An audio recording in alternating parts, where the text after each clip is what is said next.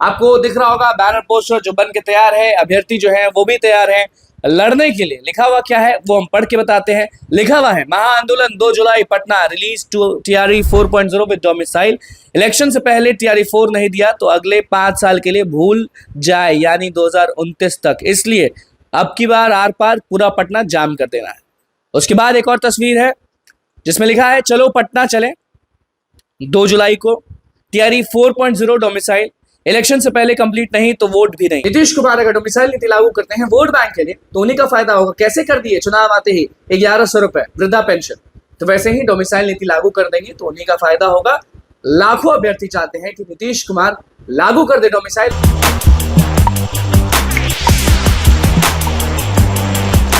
2 जुलाई तारीख याद रखिएगा। नमस्कार, मैं हूं अनुकुल तिवारी और आप वॉइस हब देख रहे हैं। बहुत बड़ा आंदोलन एक बार फिर से होने वाला है, एक धक्का फिर से होने वाला है डोमिसाइल नीति लागू करने के लिए।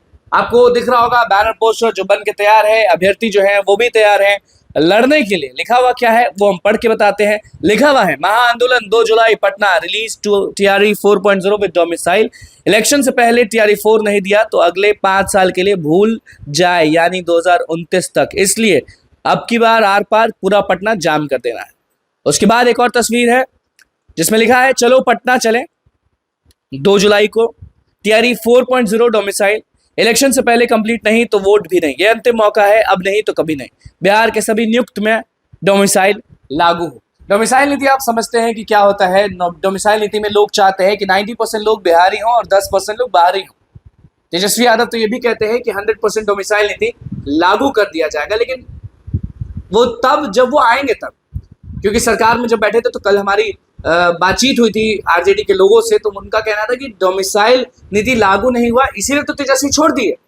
सरकार में थे, सरकार उनकी बात नहीं मान रही थी, नीतीश कुमार बात नहीं मान रहे थे, डोमिसाइल नीति लागू नहीं किया जा रहा था, हटा दिया जा रहा था, इसीलिए वो सरकार छोड़ दी। ये भी लोग बोल रहे थे, वो खैर अलग बात है। लेकिन अभी आप जान जाएं कि 2 जुलाई को बहुत बड़ा आंदोलन होने वाला है। जितने भी अभ्यर्थी हैं, वो दरोगा अभ्यर्थी हों, सिपाही अभ्यर्थी हों, टीआरई 4 वाले अभ्यर्थी हों, टीआरई 3 वाले अभ्यर्थी हों, सारे लोग जो है ना वो सड़क पर रहेंगे, सीएम आवास का घेराव करेंगे और सीधे डोमिसाइल नीति मांग कर रहे हैं। वो कह रहे हैं कि बिहार में जितनी भी सरकारी नौकरी हैं उसमें डोमिसाइल नीति लागू होना चाहिए, और नहीं होता है तो आर पार की लड़ाई है। और आप भी जानते हैं कि डोमिसाइल नीति कितना जरूरी है बिहार के अभ्यर्थियों के लिए। अगर नहीं होता है तो उन लोगों को पिछली बार भी मैथ्स वाला सब्जेक्ट में आपको हम बताए थे कि किस तरह से जो घाटा हुआ था वो भी आप देखे हुए।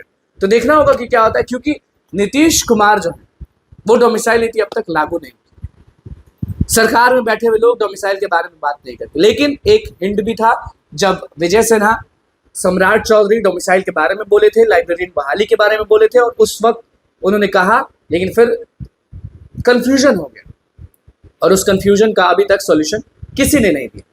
तो ये है कि जब सम्राट चौधरी वोट बैंक के लिए अगर डोमिसाइल नीति लागू करते हैं तो उन्हीं का फायदा होगा। नीतीश कुमार अगर डोमिसाइल नीति लागू करते हैं वोट बैंक के लिए तो उन्हीं का फायदा होगा। कैसे कर दिए चुनाव आते ही 1100 रुपए वृद्धा पेंशन, तो वैसे ही डोमिसाइल नीति लागू कर देंगे तो उन्हीं का फायदा होगा। लाखों अभ्यर्थी चाहते हैं कि नीतीश कुमार लागू कर दे डोमिसाइल, और लागू करने के बाद सारे अभ्यर्थी जो है वो उनके लिए वोट भी मांगेंगे। डोमिसाइल नीति को लेकर 2 जुलाई को बहुत बड़ा प्रदर्शन है, बहुत बड़ा आंदोलन है।